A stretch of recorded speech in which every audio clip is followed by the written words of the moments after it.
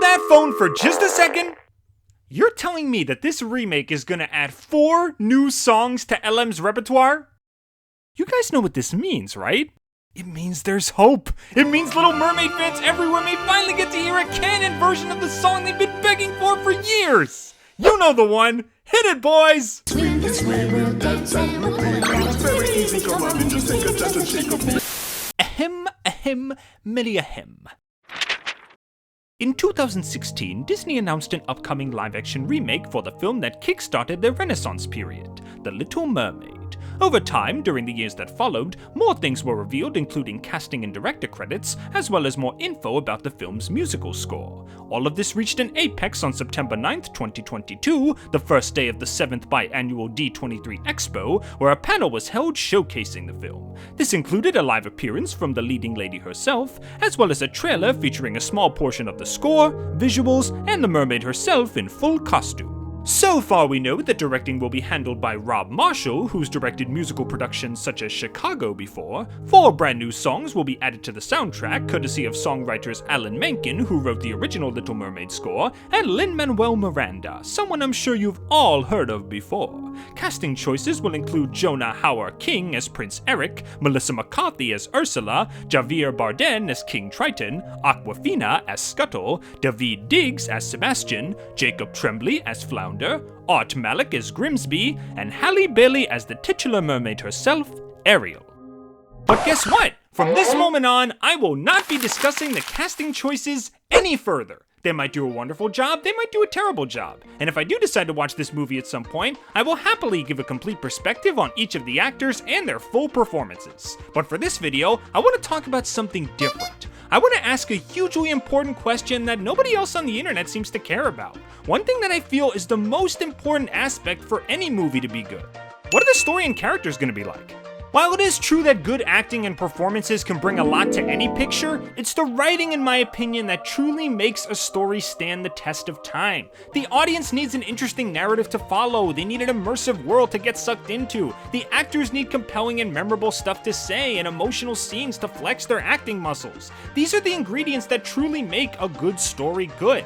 Heck, it's the excellent scripts of classic Disney works that compelled me to take up writing as a hobby in the first place. I'll admit that I don't have a ton of faith in Disney live-action remakes anymore, since I've just been burned by them too many times. I'd say the remakes are a mixed bag, if that bag had 1 or 2 tasty jelly beans amongst a massive pile of pig manure, but this remake in particular is very close to my heart, because The Little Mermaid was my first ever Disney obsession. Seriously, I played my copy of the movie so many times, I was afraid that one day my dad would pop the tape out of the VCR and it would just freaking disintegrate in his hands. That's how much I love this movie. And if create a remake of a Disney classic they must, I do have a certain list of guidelines that I believe would make for a quality reimagining.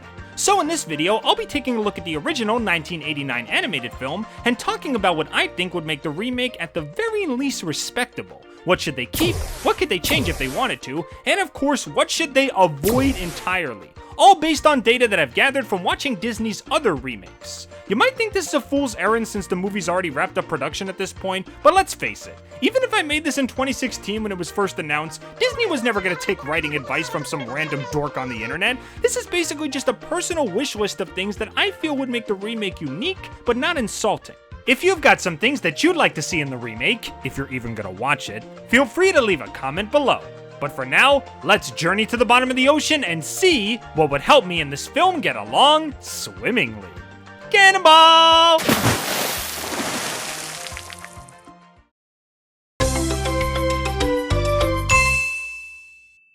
Number 1, the ocean's gotta have the right atmosphere. One of the things that made the underwater world so immersive and eye-catching in the original was the fantastic use of color and lighting.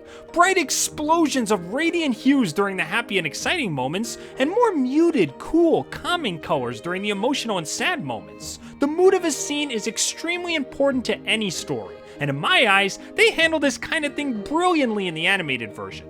Meanwhile, the remake seems to be continuing the trend of making all the live-action reimaginings look as realistic as possible. And just judging by what little were shown in the trailer, I'm really hoping they don't keep this dark, dismal, murky look for the entirety of the movie. In all fairness, they did choose to highlight 2 scenes from the movie that are some of the darkest, that being the shipwreck from the start of the film and Ariel's grotto from the Part of Your World number. But even those scenes in the animated version, despite being very muted, still popped. Like they still had a lot of stylish visual appeal to them. The trailer just looks so dark and lifeless and blech. To be honest though, this is a pretty easy fix in post-production. Just increase the exposure a little bit or add some more brightness to the overall palette. Some people on Twitter have actually brightened up the images themselves and they look so much better. Heck, I even did it for the thumbnail. I'm not going to judge things too much since we only have 1 minute of footage so far, but I really hope they don't pull a Lion King on us and go so much towards realism that they fail to recapture the visual impact of the original. Heck, there's one scene in particular that I'll get to later that they better not screw up visually. I think you know the one. Number 2, take some time to understand Ariel's personality and motives. Disney remakes are pretty infamous for completely misunderstanding or just straight up changing characters for no apparent reason. And considering that most people already have misconceptions about the original Ariel, I'm afraid that some changes might be coming her way as well. One of the biggest things that people tend to criticize old Gingerfish for is that she sold her soul and grew some legs simply because she wanted a man. And I'll be sure to say this loud and clear so people in the back can hear me. Ariel did not do what she did only because of a man! I am so sick of people saying that.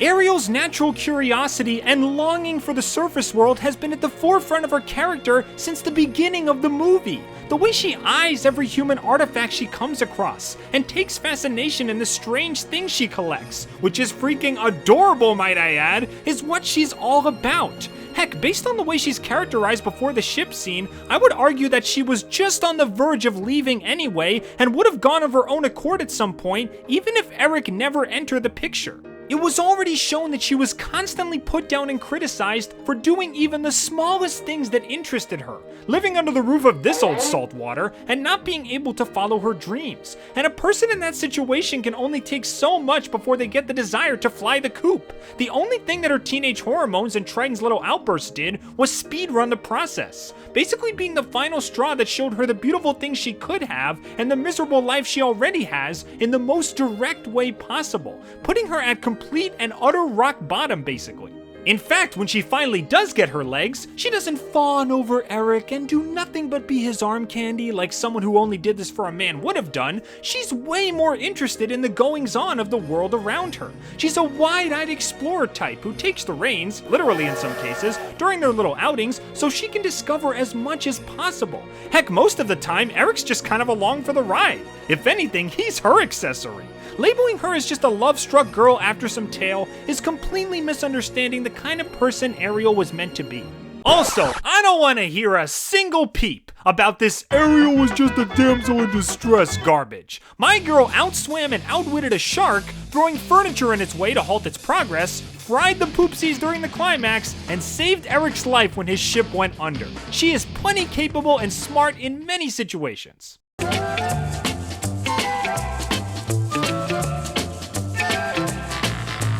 I have a feeling that they are gonna alter Ariel's character at least in some ways, but please don't do it to the point of unrecognizability. Don't take these kinds of misconceptions to heart and morph Ariel into something she was never supposed to be. That would just taint the entire movie. Number 3, Triton's gotta learn his lesson on his own. One of the most understated characters in the original is the old swole Santa Sea King himself. He starts off as a closed-minded, bigoted blowhard, which is fine since he has plenty of reason to be so.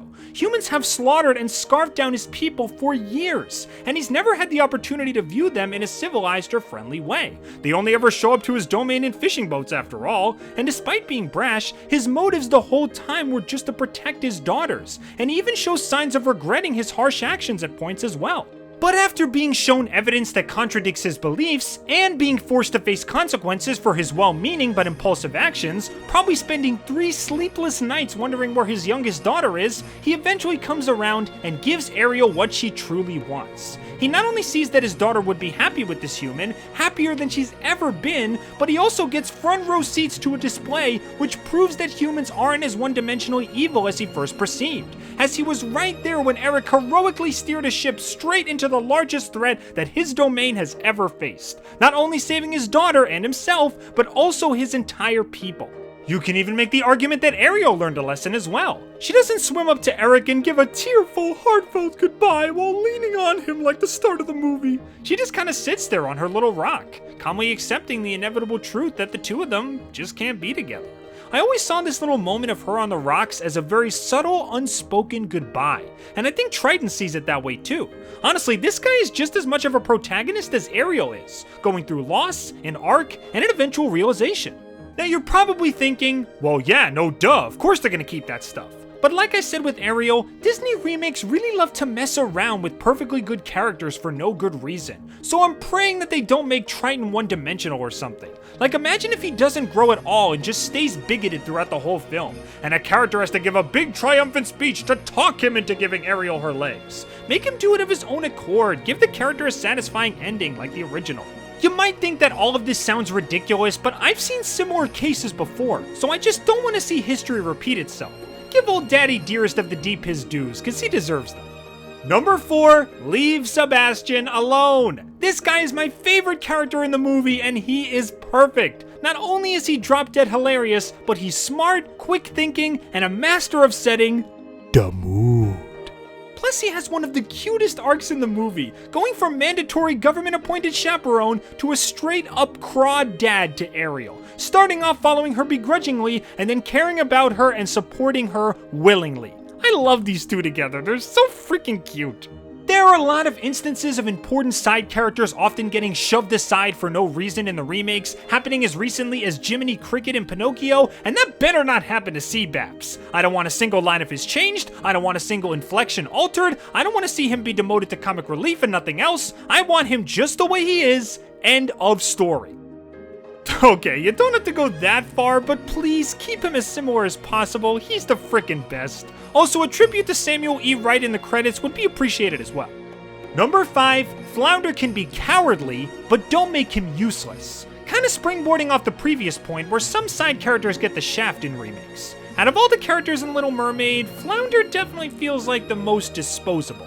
But that's the thing, I don't want him to be disposed of. I want him to still play an active role in the story as much as possible. In the original, he did all kinds of stuff, pulling Ariel to the surface when she first got her legs, towing Ariel on a barrel to get to the wedding ship, providing ambience during the Kiss the Girl number, fighting off Flotsam and Jetsam. He was a big help, and I don't want him to end up being a character that just delivers some iconic lines and nothing else. Also, random side note, but this guy in the trailer better not be Flounder. Flounder is plump and squishy and adorable. He is pure marketable plushie bait, and that's part of the reason I love him.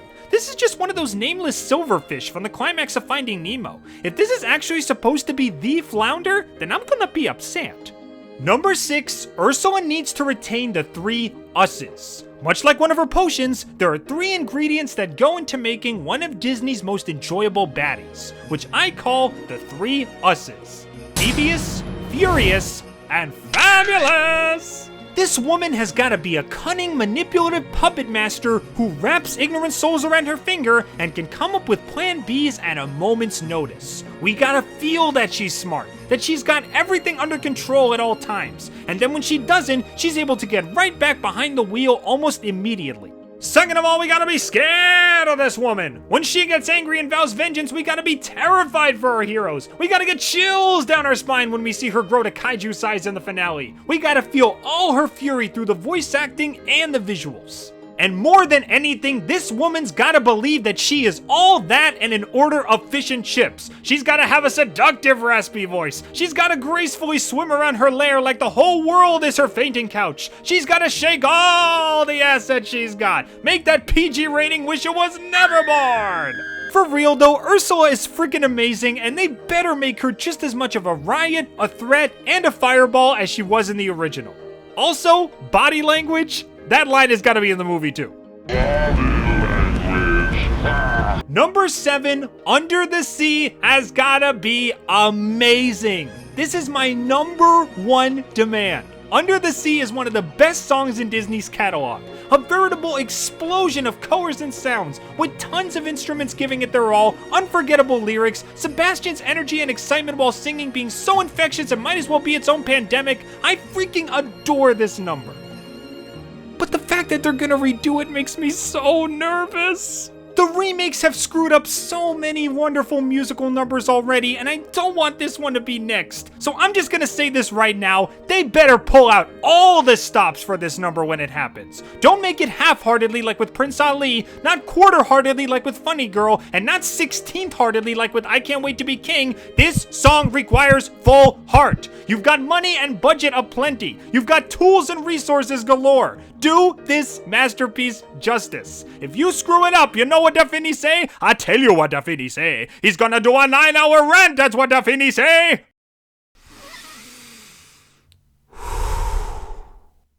Just please, Disney, I don't ask too much from you. Just please do Under the Sea right. This is gonna be most kids' first exposure to this iconic song if their parents haven't shown them the original. And I want it to be an amazing one. I hope we can both agree on that. Number 1, the romance could use a little more time to breathe. The romance between Eric and Ariel, in my opinion, is actually pretty underrated. I love the fact that at the end of the day, it's ultimately Ariel's personality that causes Eric to fall for her. Her curious nature, her lust for life, her manic energy, her adventurous risk-taking behavior, all the things that made us fall in love with Ariel in the first half.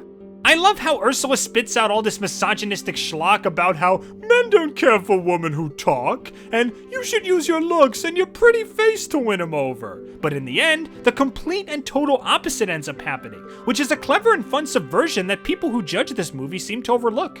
With that being said though, their relationship is mostly limited to a montage and a few loose scenes, which I think is a shame since they're so cute together. Considering that Disney remakes tend to extend their runtime for no apparent reason, this time they actually could have a reason. Put more focus on Eric falling for this girl, give Ariel more things to explore, have more nice moments between these two. I know in the story she only has 3 days to pucker up and plan one, but let's see some more of those 3 days. If the kiss of true love is what's needed to seal the deal, I want that love to feel as true as possible, so more time would be appreciated. Number 2, Eric could use a little more character. Eric was the first Disney prince from my memory that actually had a character. He had the usual dreamboat qualities, he was very handsome, very nice, he played a mean snorfblat, and he was brave. Like, holy cow, was this boy brave. Not only did he jump onto a burning boat to save his stranded pupper, but he climbed on board a ship being swirled around in a sea god whirlpool and steered that thing straight into the thick of it. Literally. But at the same time, we also saw some humanity to him, like being trapped in an idealized fantasy waiting for the perfect girl he thought he heard, but then realizing that fantasy is no substitute for reality and casting away the flute that he always played Ariel's song on just so he can finally move forward. I really like that. But if they wanted to give Eric even more character, the remake would be the perfect place to do so. I already mentioned that it would be nice to give the romance some more runtime, and during that runtime, it would be cool to have Eric share some personal conversations with Ariel. Let's hear a little bit about his past, his family life, his likes and dislikes. Heck, when he gives Ariel a tour of the kingdom, have him suggest a few things that he enjoys so we can get a better picture of his interests. It'd be like a blind date. Or, in this case, a mute date? I personally think Eric was characterized pretty well in the original, but just like I always say when I put bacon on a chicken sandwich, there's nothing wrong with putting a little more meat on him. Number 1, don't make the new song sound too modern. Maybe it's just me, but whenever the remakes try to add an original song to the soundtrack, it just doesn't mesh very well with the songs we all know and love. They have this weird diet, let it go sound to them where they try to sound timeless but just come off as poppy, and it just doesn't work for me. Now to be fair, we are getting Alan Menken back in the composer's chair, who's handled the most iconic tracks from the original, and that's a massive good sign. But he's also teaming up with Lin-Manuel Miranda, and while I adore his work on Moana and Encanto, I just don't think his more modern musical style would mesh well with the songs of the original picture. When he's doing his own thing on a new project, he's fire, but tacking him onto a soundtrack that's supposed to have a more old school feel might be a problem. But who knows? I'm fine with being wrong. Maybe this will be a Disney Music Dream Team when it finally comes out.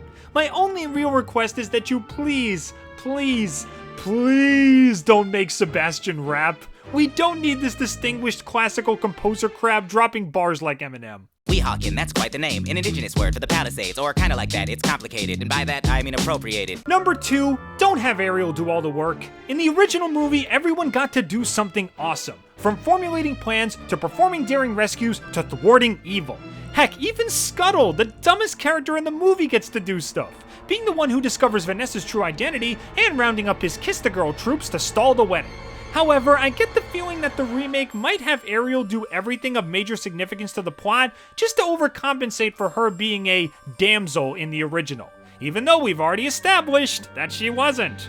I'm totally fine with her outwitting sharks and saving her dream boat from falling out of his boat, no problem there. But don't have her do stuff like slay Ursula on her own, or swim up to the wedding ship without Flounder's help. Let the other characters have their moments in the spotlight, okay? Number 3, don't add superfluous traits to characters that ultimately amount to nothing. Disney remakes tend to tack certain traits onto characters that show up for one scene in the movie, but then are never referenced again. For instance, in the Beauty and the Beast remake, they try to make Belle into an inventor just like her father. Or more like they make her into the only inventor in the family, while her dad is just a discount Geppetto who messes around with music boxes. Yeah, sure, okay.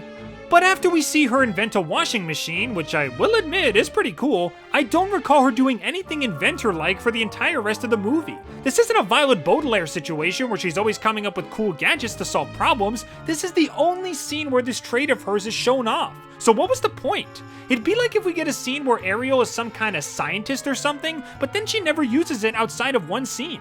Know what the atomic number of calcium is? It's 20.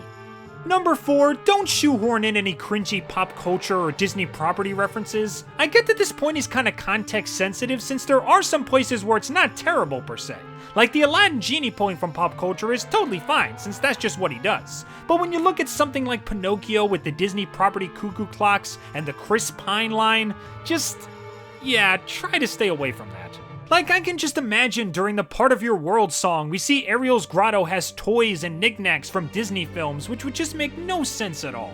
We get that you own a lot of properties, Disney, but maybe focus on the most important one for the moment. Please? And number 5, don't make Max entirely CGI. I want to see a real pupper bouncing around and playing with Eric. This shaggy little mop was so freaking precious in the original. And while I wouldn't mind a little bit of CG if you want him to emote like he did in the movie, don't make him a full 3D cartoon. Don't make Eric have to hold air. You tried that already in other remakes and it just looks weird. Well, that's pretty much all I wanted to say. Guess I'll see you guys in about a year when all my hopes and dreams are sleeping with the fishes. Or if we're lucky, maybe I'll be singing this movie's praises from a convenient posing rock. You guys know if this remake is actually good, I'll be the first one to say so. But as always, I want to hear what you guys think. What kinds of things would you keep or avoid in a Little Mermaid remake? And what are your thoughts on Disney remakes in general? I'm always down for discussion, so leave your thoughts in the comments below. Thanks for tuning in, everybody, and I hope to see you all real soon.